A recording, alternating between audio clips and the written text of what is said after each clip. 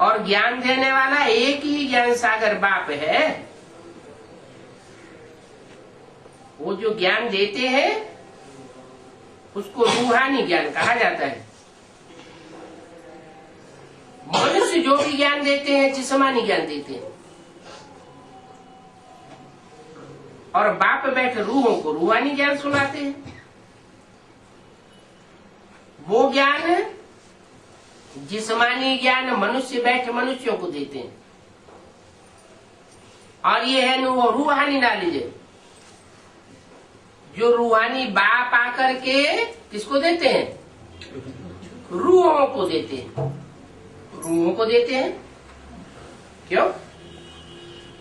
500-700 करोड़ के अलावा जो भी कीट पशु पक्षी पतंगे हैं सब रूह नहीं है क्या? है? समझते नहीं? वो रूह है कि नहीं?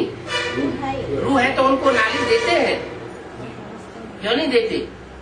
अच्छा, मनुष्यों में जो भी मनुष्य मात्र हैं उन सबको, मनुष्यों की भी जो रूह है आत्मा है, उन सब मनुष्यों की आत्माओं को ज्ञान देते हैं। हमारे जो संगम में रहते हैं उन्हीं को, माना उन्हीं को ज्ञान देते हैं जो पूरी रूहानी स्टेज में टिकते हैं। अपन को रूह समझने की प्रैक्टिस करते हैं। बेसिक नॉलेज में क्या प्रैक्टिस कराई गई? मैं आत्मा ज्योति बिंदु। तो मुरली में बोला आत्मा रूपी सुई की सारी कट उतर जाने पर तुम बच्चे डायरेक्ट बाप से सीखोगे। तो पहले आत्मा बनना पड़े।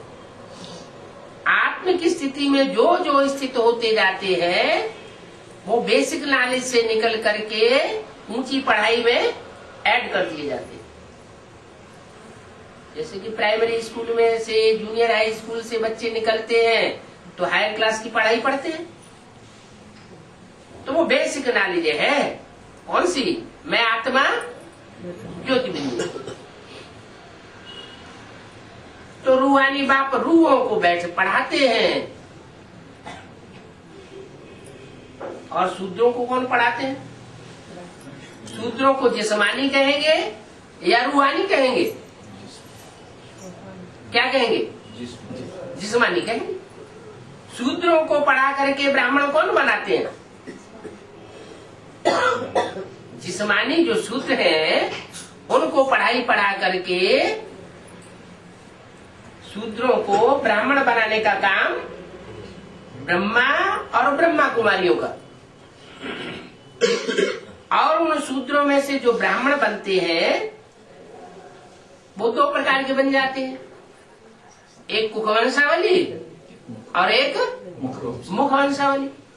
मुखवंशावली में भी कोई तो सिर्फ मुख से सुनना और सुनाना ही जानते हैं, धारण करना नहीं जान पाते। तो जब धारण नहीं करेंगे तो प्रैक्टिकल जीवन में अपन को आत्मा अनुभव नहीं कर सकते। उनका प्रश्न बना रहता है अपन को आत्मा कैसे समझे, आत्मा को कैसे देखें, आत्म की स्थिति में कैसे टिके। ये तो बहुत मुश्किल है।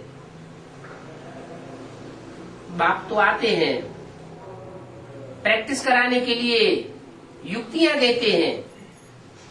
देह और देह के संबंध सब विनाशी हैं। ये दुनिया ही जाने वाली है।